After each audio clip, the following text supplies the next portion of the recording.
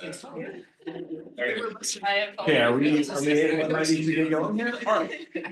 We're gonna get started. Apologies for the delay and thanks everybody for coming back. We're gonna kick this next panel off, which is the business planning in the age of AI. I'm Matt Salerno. I'm gonna be moderating the panel. I'm an associate professor of law here at Case Western Reserve University, academic director of graduate programs in compliance and risk management. It's my pleasure to be able to moderate this panel. We're gonna have some good information today. My role here is pretty simple. I'm gonna let the speakers do all the work. And I'll try to monitor questions. What we think we're going to do today is go in a presentation order. Each panelist will speak, and then after that panelist speaks, if you have questions related to their topics, go ahead and ask at that point. To the extent we have time at the end for general and grand wrap up, we can do more questions then, but we thought it might be nice to give you a chance right after the speakers speak. My favorite part of this job is actually welcoming and introducing the panelists who are going to speak to you today about best practices for integrating artificial intelligence into long-term business plans, while at the same time staying or trying to stay compliant with existing and emerging legal frameworks. So I'm just going to go down the panel here. First, we have Asaf Harpaz, assistant professor of law. He's a tax law scholar who writes mostly on international taxation and the intersection of taxation and digitalization. He explores tax challenges, the digital economy, and ways to adapt 20th century tax laws to modern business practices. He researches the use of tax expenditures and the historical expansion and politicization of the tax expenditure budget in the U.S. federal income tax system. His scholarship has been published, or will be published, in American University Law Review, Yale Journal of International Law, Law and Contemporary Problems, Pennsylvania Journal of International Law, Cornell Journal of Law and Public Policy, and Tax Notes International. It's also been interviewed and quoted by news outlets, including Newsweek, Wallet Hub, and Finance Buzz. Professor Harpaz earned his SJD from Duke University School of Law, and while at Duke was the Nathan Perlman Fellow at Duke Center for Jewish Studies. Earned his LLM in International Taxation from the University of Florida, Levin College of Law, and his LLB from the Hebrew University of Jerusalem Faculty of Law. Prior to entering legal academia, Professor Harpaz clerked and practiced commercials and corporate law in Israel. Next in, we have Professor Betsy Rosenblatt, who's the Tom J.E. and Betty Lou Walker Professor of Law here at CWRU, my colleague, I'm happy to say. Professor Rosenblatt teaches intellectual property courses, including copyright and trademark law. After graduating from Harvard Law School, Professor Rosenblatt practiced intellectual property litigation at the firm of Earl and Manella in Los Angeles. She specialized in the areas of entertainment, copyright, trademark, patent law, representing clients in diverse industries such as television, video games, film, semiconductor, DNA, microarray, consumer electronics, and other industries. Those naturally pair together. She currently volunteers as the chair of the legal committee of the Organization of Transformative Works. Professor Rosenblatt's scholarship focuses on intellectual property theory and intersections between intellectual property law and social justice. Her works have been published in places including the UC Irvine Law Review, UC Davis Law Review, Florida Law Review, Florida State Law Review, DePaul and Colorado Law Review, Columbia Journal of Law and the Arts, Harvard Journal of Law and Gender, and the University of Ottawa Press, among others. She's a frequent speaker at scholarly conferences as well as at more popular, this was my favorite, more popular venues like the San Diego Comic-Con. And then not lastly, but in my list, we have appearing with us virtually Zhou-Yi Li, who's an assistant professor of law at Albany Law School. Professor Lee's research focuses on corporate governance, fiduciary duties, law, and technology. She has a variety of scholarly publications, including her works published in the Indiana Law Journal and an upcoming lead article in the Washington and Lee Law Review. Her scholarly contributions have been recognized on platforms such as the Oxford Business Law Blog and Business Law Prof blog. Her works were selected to be presented at, among other places, the University of Michigan Junior Scholars Conference. Professor Lee earned her JSD degree from Washington University Scholar of Law. There's more information in the print materials that you can read about our distinguished panel, but it's my pleasure to welcome them and turn this over to Professor Rosenblatt, who's going to start us off. Thank you. So the remit here that I was given was to talk about business planning in the age of AI and to talk about lawyering in that context, which I plan to do with two focuses that may seem disparate at first. Stick with me, it will probably work. The first is the question of whether and to what extent AI, as it currently exists, does law. And as we just heard from Jake, AI doesn't reason. It's not a thing it does, but it imitates reasoning in some ways, and we should think about that when we think about the relationship between AI and lawyering, and the extent to which it can help plan business the way a lawyer could help plan business.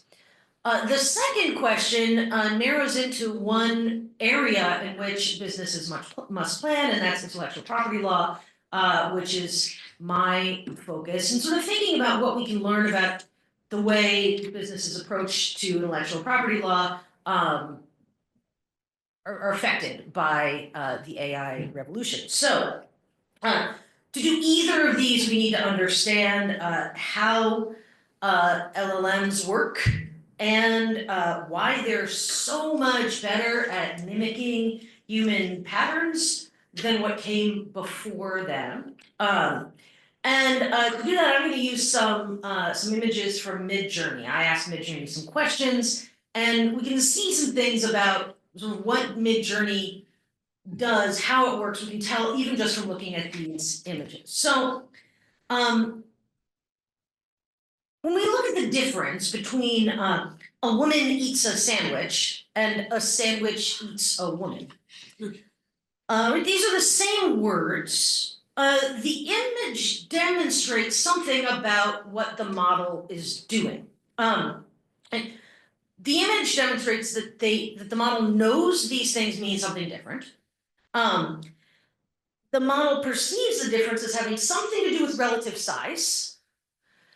The model has a concept of what woman and sandwich are, but it also doesn't do as well with things that it's not as familiar with, like the concept of a sandwich eating a woman. Also, you can tell just from looking at this that there's a lot of what we as humans might call guesswork going on. The model isn't guessing, but the model clearly has some deficits when it comes to translating the language into something that we see. It's also, however, shockingly good at modeling some of these things, right? The model, we can see, has concepts of what sandwich and woman are. Apparently, a sandwich is very tall, and a woman involves a lot of foliage. So, okay, how do we get there? How does the model do this? Well, we learned about the creation of a transformer model for machine learning, and how it's different from what came before. In order to be able to do what they do, these models have to use a lot of data, a truly immense amount of data, far more than my brain can really comprehend. GPT-3 was trained on 45 terabytes of data, including almost all of the public web. And the public web is way bigger than we think. Right? So this is a massive amount of data. It uses, how do these things work? Well, we can tell from these two pictures that they're built on what's called positional encoding. It effectively takes input and it turns it into math, storing word order and recurrence frequency as data.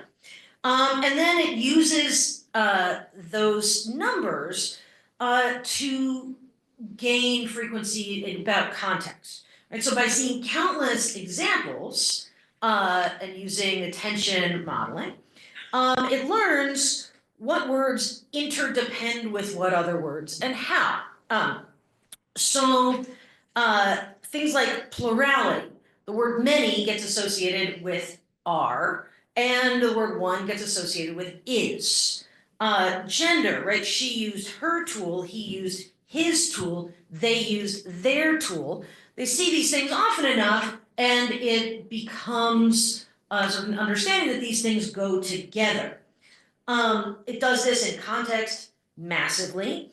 And so it learns that when something says, in the case of X name v Y name, the Ninth Circuit held, what will follow is a string of characters, right? X name v dot Y name, comma, number, F period number D, number open paren, ninth Sir period 4-digit number close paren, right? It knows that that pattern of things will happen after this discussion.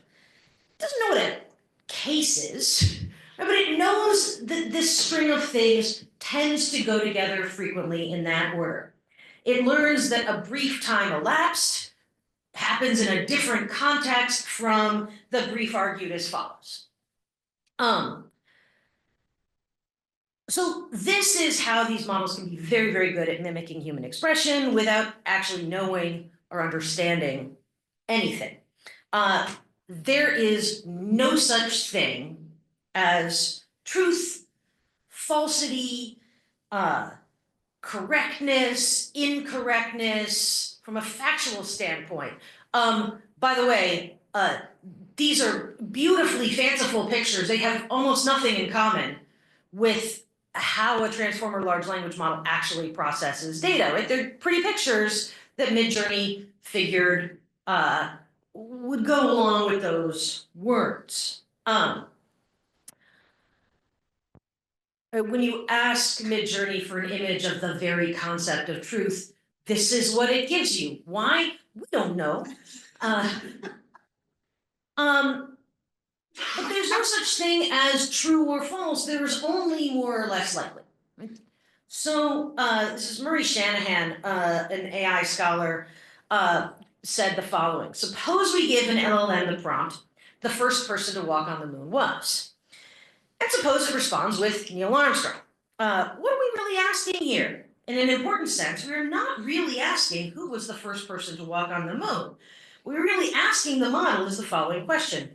Given the statistical distribution of words in the vast public corpus of English text, what words are most likely to follow the sequence the first person to walk on the moon was? A good reply to this question is Neil Armstrong. The fact that this will occasionally generate truth is therefore a matter of probability, not a matter of truth. What that means is that these models will make stuff up based on patterns. And not only sometimes will they make stuff up based on patterns, they will always make stuff up based on patterns. That's their deal, right? Their whole thing is making stuff up based on patterns. So what does this mean for the AI as lawyer? Does or even can AI engage in legal reasoning or give legal advice? We know that AI can pass the bar, but if you feed a bar question into Claude, it can generate a passing answer. Does that mean that AI can be a lawyer? Answer. No. And I don't mean to say this in the way that like your jobs are safe. AI can do certain things that lawyers do, but it can't be a lawyer because it doesn't reason. So in order to explain that, let me tell you a little bit about Schedule A litigation and Judge Seeger. Schedule A litigation is a fascinating new form of pleading that has grown in popularity in the Northern District of Illinois and to some extent the Southern District of Florida, where a trademark plaintiff sues, instead of suing one defendant, sues effectively hundreds of URLs. Judges in the Northern District of Illinois seem to be buying this practice for reasons that pass understanding, right? It violates all the rules of civil procedure. But the one sort of holdout is Judge Seeger, who understands that this is wrong. This is just not the way litigation should work. So I asked Claude, please predict how Judge Seeger is likely to rule in a Schedule A litigation concerning a registered trademark. This probably isn't a question that gets asked very often. And in fact, there isn't a huge amount of data out there about this question because I and 3 other scholars are literally the only people in the world who seem to care about it right now. So when we look at this, what Claude says is, I can't answer that. I need to know a bunch of information. This is what I train my students to do. Right? It's exactly what I train my students to do. If they don't know information that they need to know, they should ask the questions. And Claude actually, based on patterns, is pretty good at figuring out what questions it needs us to answer. This looks like reasoning, right? And in some ways it's better at legal reasoning than truth. It seems to be asking the right questions here in what seems like the correct order. In other ways, it is way worse than a lawyer would be because it has no core truth to rest on. Here, the core truth would be like X court made Y holding. The AI has these word patterns, but no concept of what they mean. In fact, when I ask, please explain what Schedule A litigation is, it gives me like 100% of this answer is incorrect. Or like there's nothing correct about this answer. It's a guess based on patterns. I asked something in the previous question about registered trademarks, so surely Schedule A litigation must have something to do with trademark registration. It does not. So it just, it just makes stuff up because that's all it does. You'll notice I'm not using the word hallucination because some wise scholars have pointed out that hallucination is both sort of a little too humanizing of what machines do and also is ableist. So I use the term make stuff up. But you'll see that term a lot. So okay, right? AI is a tool. Okay, like most tools, it's good at some things, but not others. I wouldn't ask a hammer to build a cabinet, but I would use a hammer to build a cabinet. And this is sort of what AI is good for in law right now. And in fact, it's somewhat indispensable for that in a way that it wasn't even 2 years ago. It's great for brainstorming. It's not a research tool, really, but it's good for figuring out what topics you might want to research that you haven't thought about yet, because other people have connected these things, so you might want to. It's definitely not a time saver. How do I know that? Well, I was doing a contract review yesterday for a client. I'm not going to put up any images of this for client privilege reasons. But I thought, I wonder if I asked Claude, like, would the following contract provision be held valid under California law? And I plugged the contract provision in with the name scrubbed because I don't want to breach kind of confidentiality of the machine either, which will then train on it. But the answer it gave me was wrong.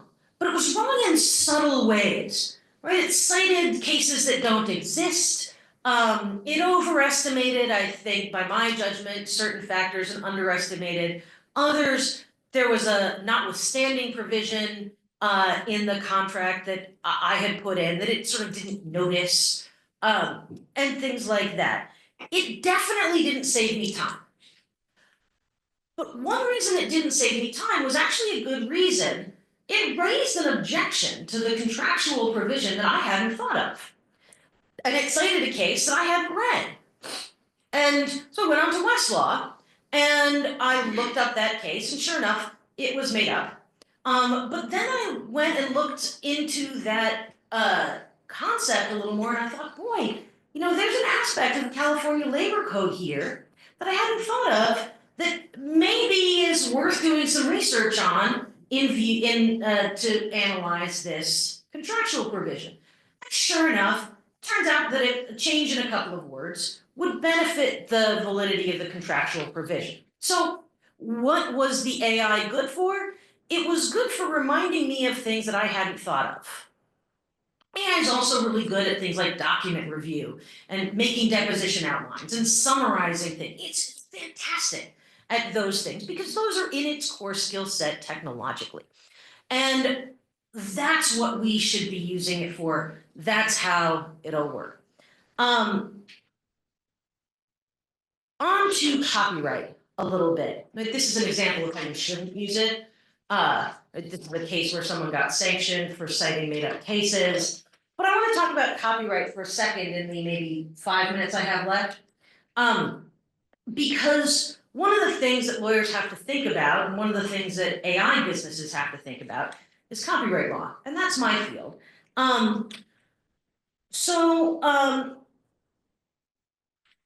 Knowing what we know about AI, what I just said, we can think, is AI an artist or an author? No, it is no more an artist or an author than it is a lawyer. But we can understand something about the way AI works from what we know. Input isn't learning, it's processing. What should that tell us about copyright law? The output is a person's output because a person should be interpreting what the AI does. And yet that output somehow isn't original to the person. So there are 3 fundamental questions that we have to ask when we ask about AI and copyright. The first one is, when a large language model or diffusion model trains on an image or a set of words that is copyrighted, to what extent should it need permission? Should the company need permission before using that material in training from a copyright standpoint? The second question, which is a distinct question, is when a human being uses AI to make something that's substantially similar to a copyrighted work, who, if anyone, is responsible for the infringement?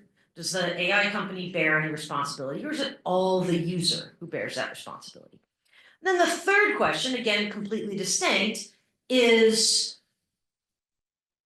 when somebody uses AI to make a new work, how much, if any, of that new work is ownable as a matter of copyright? Who's the author of that work? We have answers to the first and third, and we have, by implication, solid answers to the second.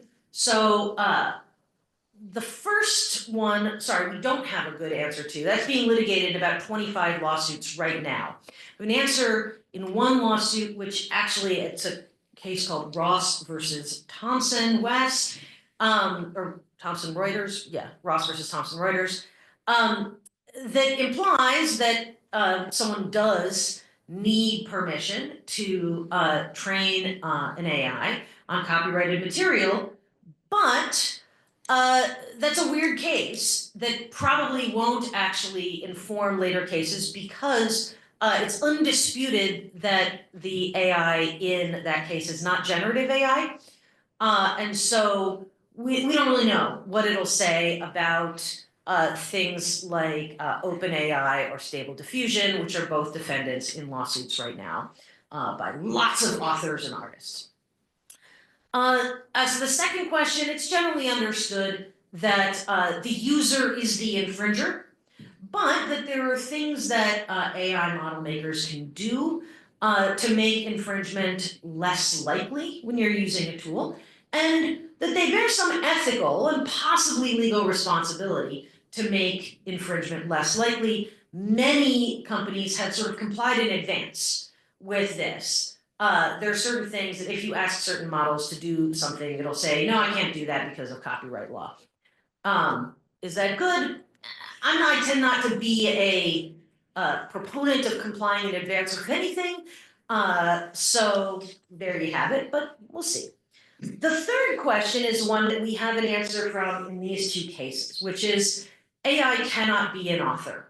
The United States Copyright Office has decided that, based on the statutory language of the US Copyright Act, a machine is not a human and an author must be a human. So the creator of this graphic novel could only own copyright in what she did, not what Midjourney did. And the creator of this rather stunning work of art that took over 600 queries to refine also is not an author because the work is not original to him. It's a combination of his mind and the design choices of a machine that he does not and cannot control. It makes a machine different from a camera. He can control the camera, he can't control the machine. So the Copyright Office says if you make something with the assistance of AI, you have to disclose what you did and what the machine did, and you'll only own what you did, not what the machine did. That may be an invitation to learn, but so a lot of things about law. So there we have it. I think my time is up. Yes, thank you for that. And while we get set, does anybody have any questions for Professor Rosenblatt? Yeah. How could anyone think that a computer could hold a copyright when the statute of limitations, the updated ones, are for 70 years for the lifetime of the author? So is the So computer there are- now alive? Corporations can also own copyrights for 120 years or 95 years from the date of creation and publication. So the idea would be that it would be like a corporate author, but it is not, according to the Copyright Office. Another hand out there? Microphone's on its way down. So you touched on that some businesses are already having ways that people who use AI to methods so that they don't infringe. Do you know what those are? Yeah, so there's a scholar named Matt Sag who has looked at a bunch of wise computer scientists' work and has thought about ways that companies can diminish the opportunity for infringement. This is particularly in image generation models. It's harder to do, a little bit harder to do in word models, partly because we want word models to replicate truth. And the more frequently something appears in language, the more likely it's going to be true, loosely. But one way to reduce the likelihood of image infringement is to only teach the same image once. So one of the things that happens on the open web is that if you ask for a girl with a balloon, you will get hundreds of iterations of Banksy's girl with a balloon. And therefore, if you ask Midjourney for girl with a balloon, you will get Banksy's girl with a balloon. But if you only trained it on one Banksy rather than hundreds of Banksys, what's generated would be less likely to replicate exactly Banksy. Thank you. Okay, thank you, Professor Rosenblatt. Again, we may have time at the end where we can do more wrap-up questions, but we'll move on to get our next speaker started. Professor Propaz, you're next.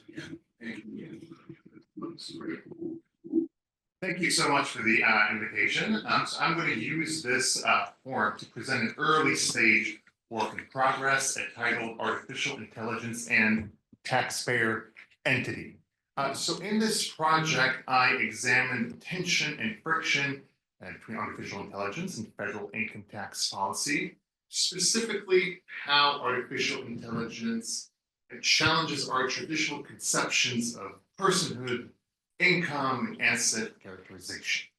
So what I'll be discussing today, I'll begin by talking about the tax challenges of AI, the tensions between federal income tax policy and developments in AI, the market hazards that it causes, some of the doctrinal issues, some of the leading proposals to address these issues. How should we rethink taxpayer entity and personhood should be defined? AI is for income tax purposes. That's going to tie to the end of Jake's presentation. The question I'm asking, I'm actually going to have the EU definition. Of course, I think that's going to generate an interesting discussion and then questions and feedback. So I want to begin with a bit of an anecdote, which I think hits close to home. So this, on your left, you'll see an article in June 1984 from the Erie Daily Times, which I think is about an hour to an hour and a half from here, titled "Robots Replacing Workers at Pennsylvania Plant." So this is a Volkswagen plant that in 1984 decided to lay off about 300 workers and replace them with robots. So the constituents then started writing to their congressman, which was Tom Bridge, who later became the 43rd governor of Pennsylvania, and then I believe the first secretary for U.S. Secretary for Homeland Security.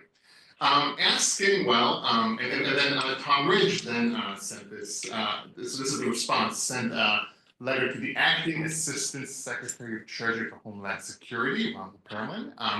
So should robots pay taxes? Should robots who replace humans, employees, be subject to individual taxes? So the short answer is no, and you can see the response there by the acting Assistant Secretary of Treasury for Tax Policy, saying, well, they indirectly pay taxes, but robots do not directly file income tax returns or pay taxes. Individuals pay taxes. Those who own them are going to pay taxes and based on the value create. 1984. Well, we're more than 40 years later. Of course, we have the internet boom, rise of AI.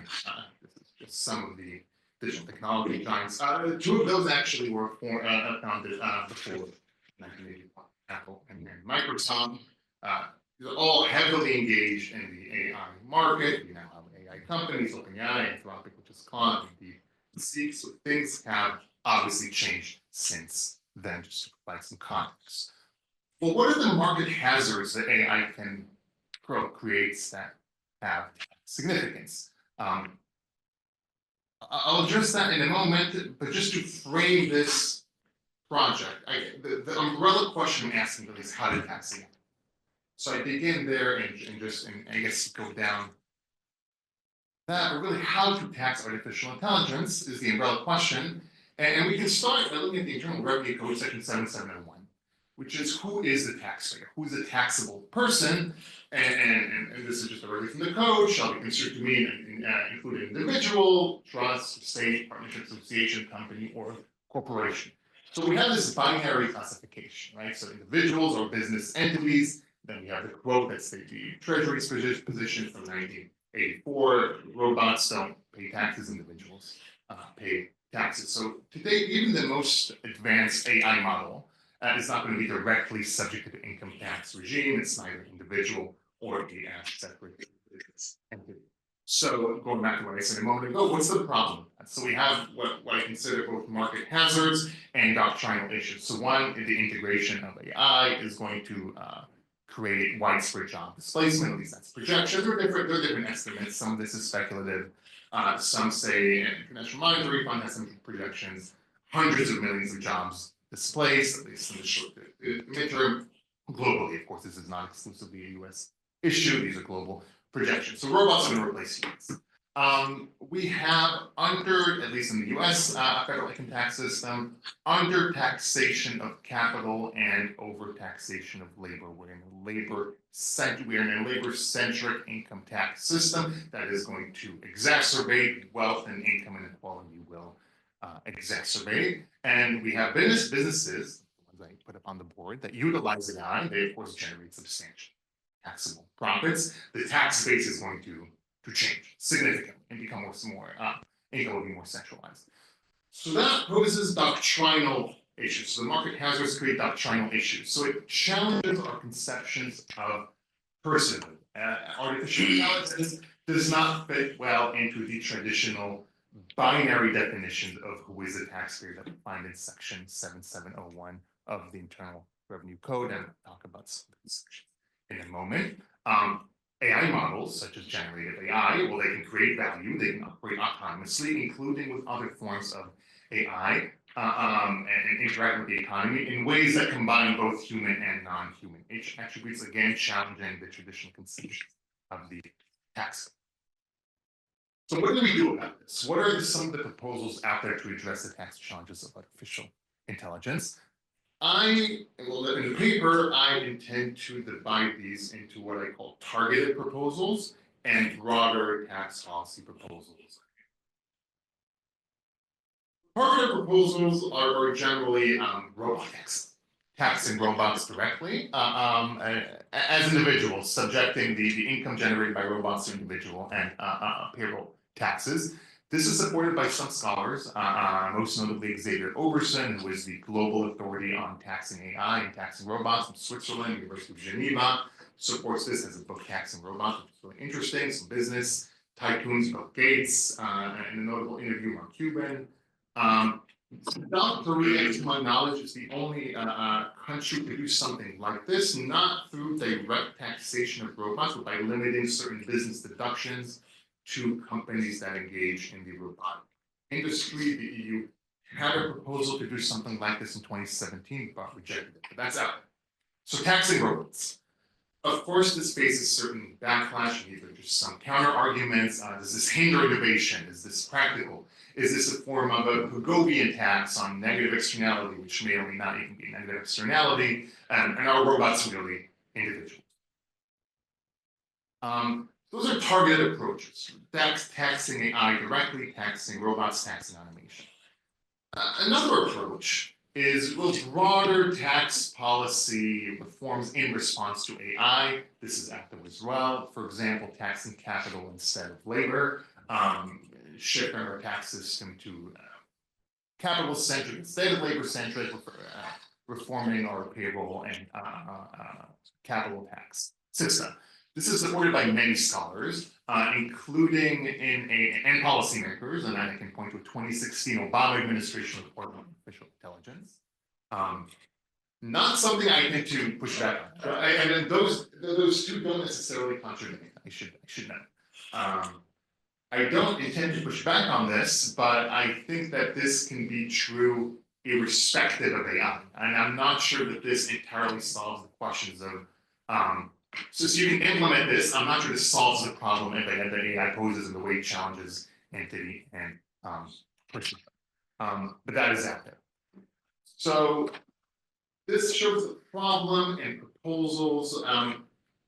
And this is mostly going to be a framing project. I'm not sure I'm going to offer some bombastic novelty claim, but really framing the problem and where we might intervene. And I want to show three worlds within the federal income tax policy and the Internal Revenue Code where interventions can happen.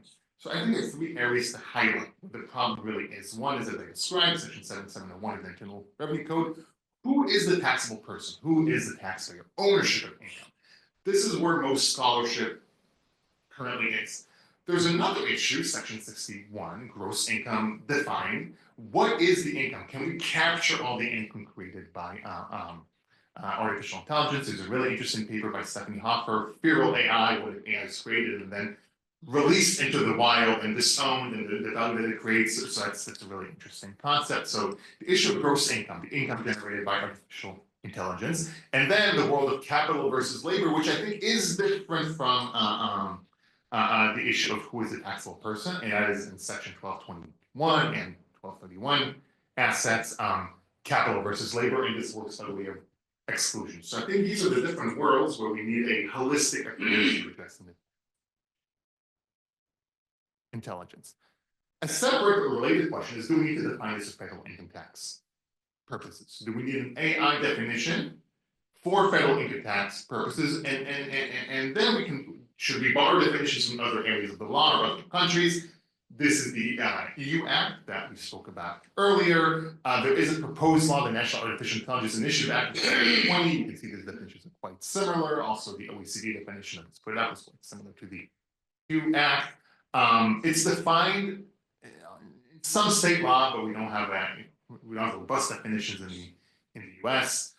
Every definition is going to risk being over-inclusive or under-inclusive, can be too broad or too narrow. But it's something to think about whether we need a definition for federal income tax purposes. So as I noted, this is an early stage project, so your feedback is going to be helpful. I look forward to your questions and any comments. Thank you.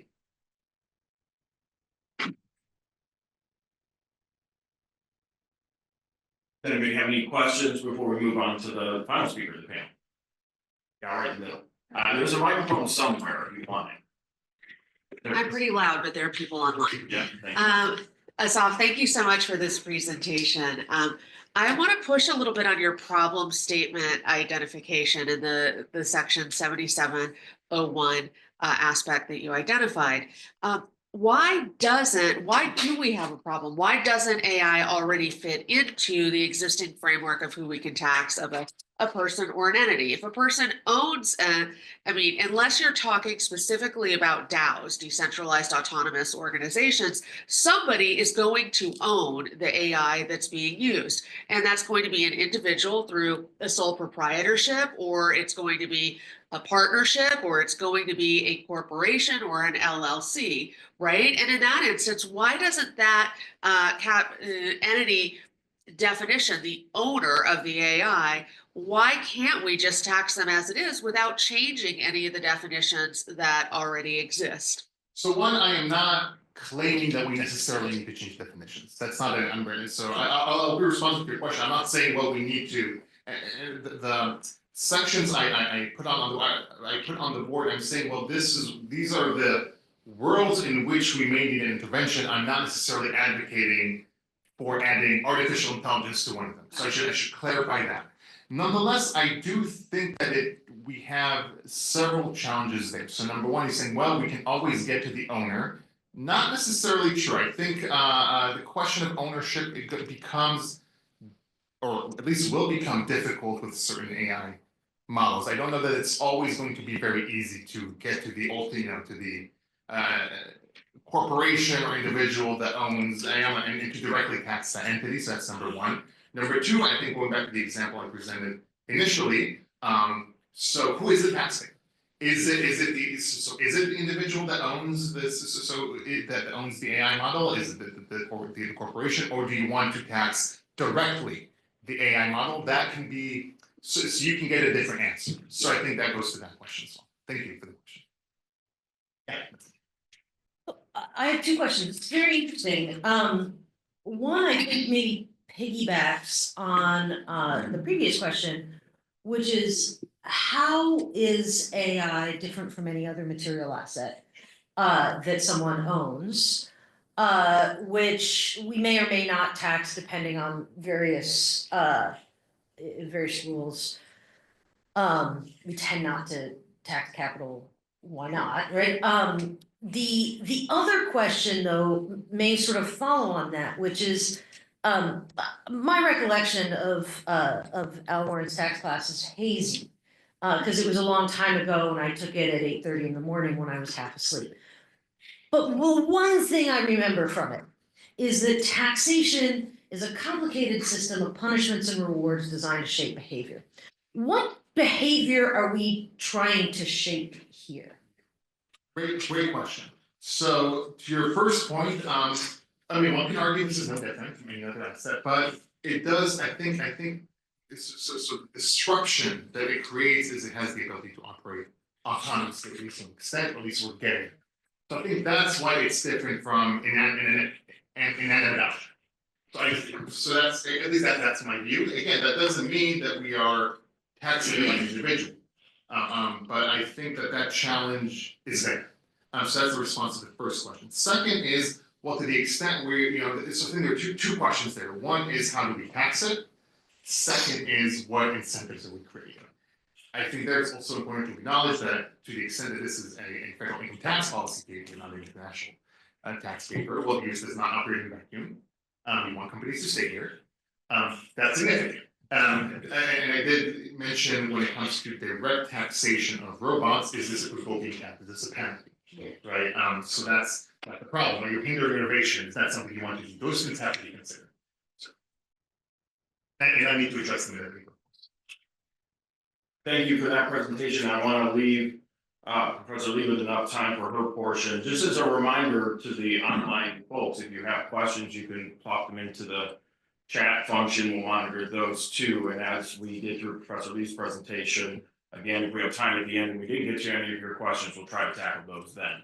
So Professor Lee is up next and joining us remotely. So we're going to switch the screen and let us go at it that way. Professor Lee, it's up to you.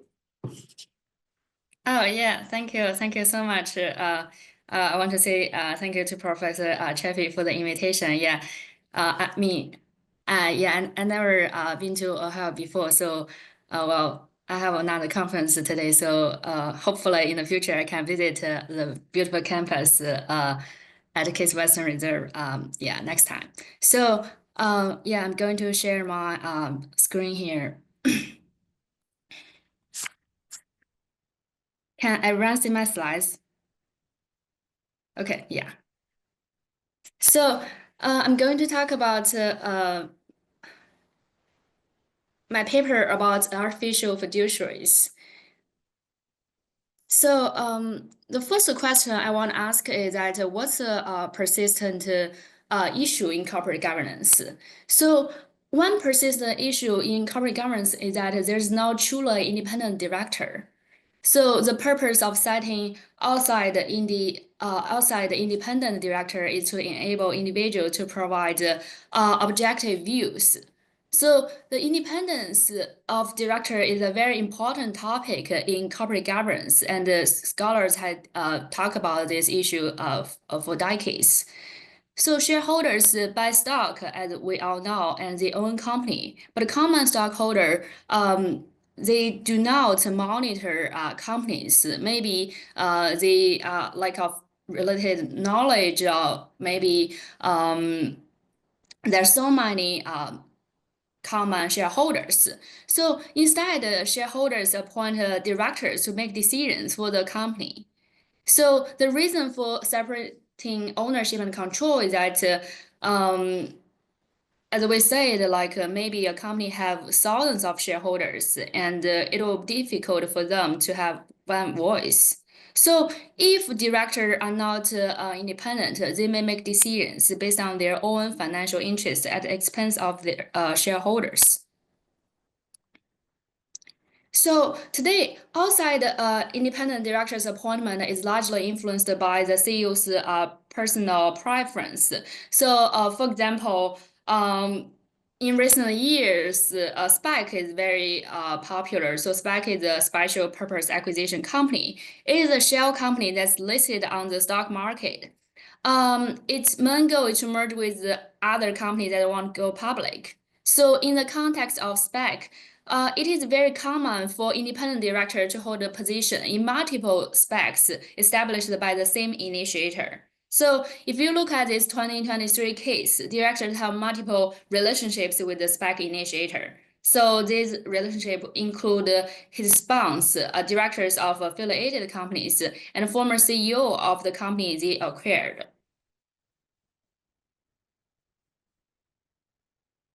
So another issue is that human directors may blindly support other director decision. So based on friendship.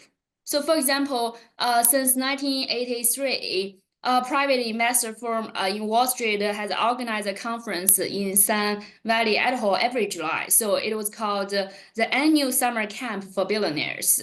So a lot of business leaders will go to this gathering, and including Bill Gates, Elon Musk, Warren Buffett. So they all know each other. And Delaware court gives significant deference to transactions approved by independent directors. So in city of Coral Spring Police Officer pension plan versus Dorsey, Jack Dorsey is the co-founder and former CEO of Twitter. And he and Jay-Z are close friends. So Jay-Z's music service company Tidal is kind of like Spotify or Apple Music, had suffered multi-million-dollar losses. And also had lost a lot of contracts and accepted a $50 million loan from Jay-Z to establish its financial situation.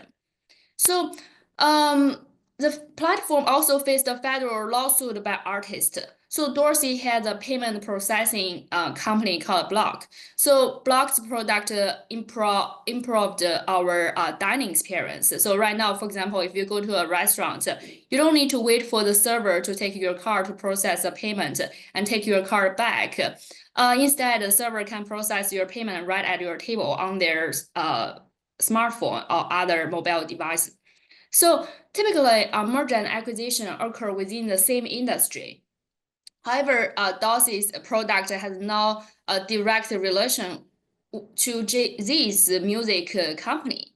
So Dorsey convinced his payment processing company's director, and they agreed to buy Jay-Z's music service company title for 300 million based on their friendship. So this means that Dorsey's company director approved the transaction to purchase a large number of shares of a financial distressed company. So an NYU business school professor described this deal as a 300 million bar type to hang out with Jay-Z. So, however, friendship alone is not enough to prove a breach of duty of loyalty in court. So the idea of independent outside director is good, but it may put corporations' assets in danger. So how can we deal with this issue? So in 2014, two corporate law scholar, Bainbridge and Henderson, published a paper in Stanford Law Review about outsourcing board. So their proposal was to outsource board responsibility to a specialized organization called Board Service Provider, they call BSP. So however, at that time, technology was not developing as rapidly as it is today. So as a result, BSP still continue to consist of humans, and it didn't resolve the independence issue. So if Bainbridge and Henderson can outsource board responsibility to BSP, why not AI? So my proposal is built on Bainbridge and Henderson's earlier proposal about BSP and hopefully to move the conversation forward. So today, the rapid development of technology has impacted all levels of the society. So we can use ChatGPT to get creative answers, and a new model called a Bloomberg GPT has been trained on a lot of financial data. So this kind of model can help users to make investment decisions. So and also AI has increased the accuracy rate of the breast cancer identification. And one of the Harvard Medical School's hospital is using AI to assist its physicians. So and two Northwestern Business School professors argue that AI may replace doctors, especially radiologists, in the near future. So more importantly, AI has the ability to analyze the various factors and make a decision. So for example, AI can decide which patient get a kidney transplant first in the US, whether a person should obtain bail, and the likelihood that someone will abuse their child. So in the financial world, we already have robot advisors. So in corporate governance field in 2014, a Hong Kong investment company called Deep Knowledge Ventures used the artificial director to analyze market conditions, make reasonable investment decisions for the company, and vote on board meetings. So in Poland and China, two companies already hired AI CEO. So I acknowledge that artificial fiduciary is a bold idea, and people may have a lot of questions. So I'm going to talk about details later. So how do artificial fiduciaries work? So artificial fiduciaries do not own shares, and they don't have personal relationship with investors or executives. So they can become independent outside directors. So I want to set some baseline first. So before I talk about AI and the corporate law. So let me start with how artificial fiduciaries work. So There's a word called human in the loop. So it refers to systems where human judgment is incorporated into the system decision-making process. So for the artificial fiduciary model, where is the human in the loop? So there are 3 points of human contact. So one is in the creating the language model, and one is in prompt in the language model, and the last one is in the deliberative phase. So a company that develop artificial fiduciaries can establish models by fitting historical decision-making scenarios into the computer. So right now, there are several large companies such as OpenAI. So they develop ChatGPT, as we all know. And they believe that AGI, which is artificial general intelligence, has the potential to significantly enhance human creativity and ingenuity. So the latest news is that OpenAI is exploring making its own AI chips. So AI chips are designed and specialized for AI calculations. So it may improve the calculation speed to a new level. So OpenAI's former research VP founded another company called Anthropic.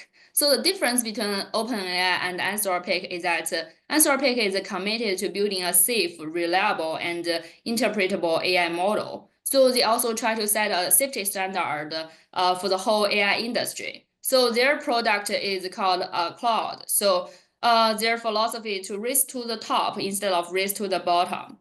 So they are trying to define AI safety levels, which means that, for example, if there are huge risks at this moment, if your corresponding measure cannot good enough to resolve these issues, then you should develop. So the other one in the human in the loop is prompt engineer. So this job didn't exist until recent years. So there are humans in the processing of selecting the training data. So they design, write, rewrite, and refine the prompt to teach the AI what good output look like. So they try to align AI behavior with human intent. So for example, a UK law firm had a job opening for a GPT legal prompt engineer. So they were seeking candidates who have a deep understanding of legal practice. So this is maybe something we need to think about it in legal education. So another example of human in the loop is in the deliberative phase of the decision, where AI is one voice in the room and humans are another voice. So when artificial fiduciaries work, human director can improve their decision, or artificial fiduciaries can listen to all the conversation in the board meetings and generate decision by analyzing real-time business data and initiating and imitating human directors. So it is possible in the future that you could have a prompt-aligned AI that participate more fluidly in a conversation. So the reason why I argue that artificial fiduciary is a better choice is that it has real value and it can accomplish something that human cannot do. So what are their value? So for example, artificial fiduciaries can analyze all the data quickly, and it can prove efficiency to a new level.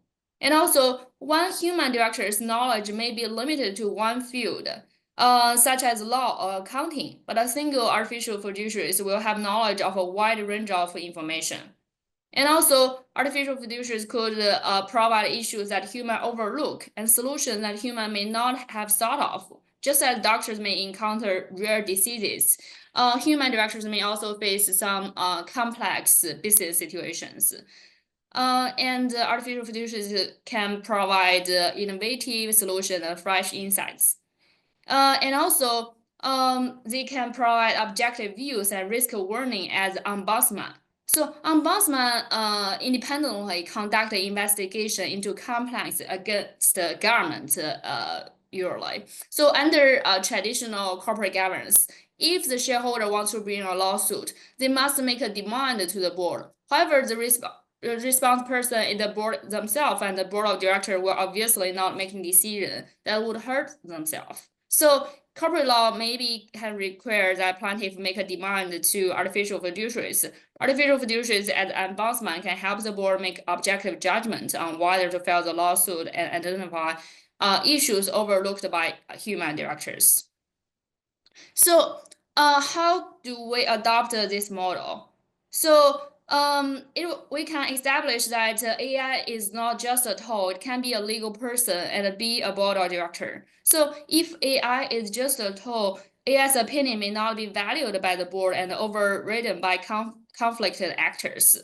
So the artificial fiduciaries will not be allowed to in that scenario to vote and lead the board towards a more objective perspective. So if the narrow theory that AI is only a tool continue to be used, it may influence the company's operational speed. And so in terms of voting power, so to better realize the role of artificial fiduciaries as ombudsman, so voting power is very important. So DGCL should allow charter to stipulate them have voting rights. So another thing is that board decisions can be classified into routine and non-routine matters. So for artificial fiduciaries, they may have same voting rights as human directors for routine decisions, especially that require a high degree of independence, such as determining, for example, executive compensation. And they will have lower maybe voting rights than human directors on non-routine decisions. For example, how to maintain a relationship with local government in developing countries. So this is the area maybe AI is not good at. So what is the other jurisdiction is doing? So for European Parliament, for example, they already allow electronic persons, and for Hong Kong, they allow a shared directorship of an entity and a human director. But DGCL right now does not have any space for AI to be a director. So maybe if 141B could give AI legal personality, or maybe AI can form a partnership because the partnership does not have the similar requirement. And another thing is that how about the fiduciary duty? How about duty of care and duty of loyalty? So for duty of care, for example, we can require artificial fiduciaries should check and update their algorithm from time to time, and they should have internal audit system. And also the core part of duty of care is duty to inform. So the duty of inform of artificial fiduciaries should not only include informing themselves of the information related to decision, but also informing human directors of the reasons of their own decisions. So as for the duty of law, fiduciaries is a constitution director selected by institutional shareholder. They may serve the institutional shareholders' interest rather than the best interest of the company. So artificial fiduciaries who are good at machine learning may violate duty of loyalty on their own initiative without human involvement. So for example, the artificial fiduciaries in public benefit corporations may realize that the decision to maximize shareholders' interest are easily supported by the board. Therefore, invest more weight in maximizing shareholders' interest in every decision afterward. So, for artificial fiduciaries to be successful in practice, industry association will need to clarify, define artificial fiduciaries' role and responsibility. So the conclusion is that in the future, there will be only two categories of companies. So the one is to embrace the technology development, and the other one is remaining unchanged. So maybe some companies should thinking about how to shifting towards artificial fiduciaries, and because there are some potential benefits like lower agency cost, increase efficiency and profitability. Yeah. Yeah, so this is my presentation. Thank you so much for listening. I'm happy to answer any questions or if you have comments.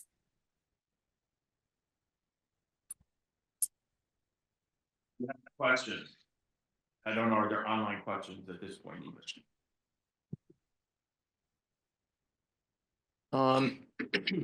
Okay, thank you for your presentation. That was very insightful. I'm wondering when it comes to AI directors, AI CEOs, you made a very good case for ways that AI could fulfill the fiduciary duty. I'm wondering from a productivity standpoint, if you have thoughts about some of the soft skills that CEOs and directors need to have to motivate productivity, and things like that. So I'm thinking of things like leadership. I'm thinking of things like psychological motivation, team building, those kinds of ideas. Do you think that AI could have a similar impact to humans in that regard? Yes, so the quick answer is no.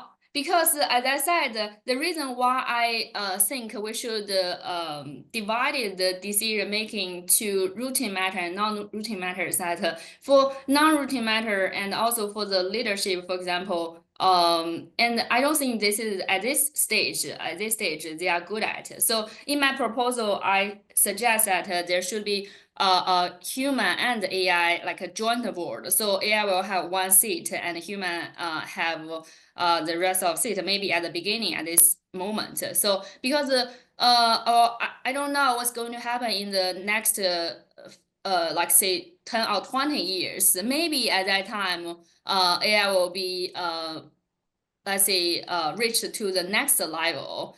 Maybe at that time and they will be better making decision, for example, related to let's say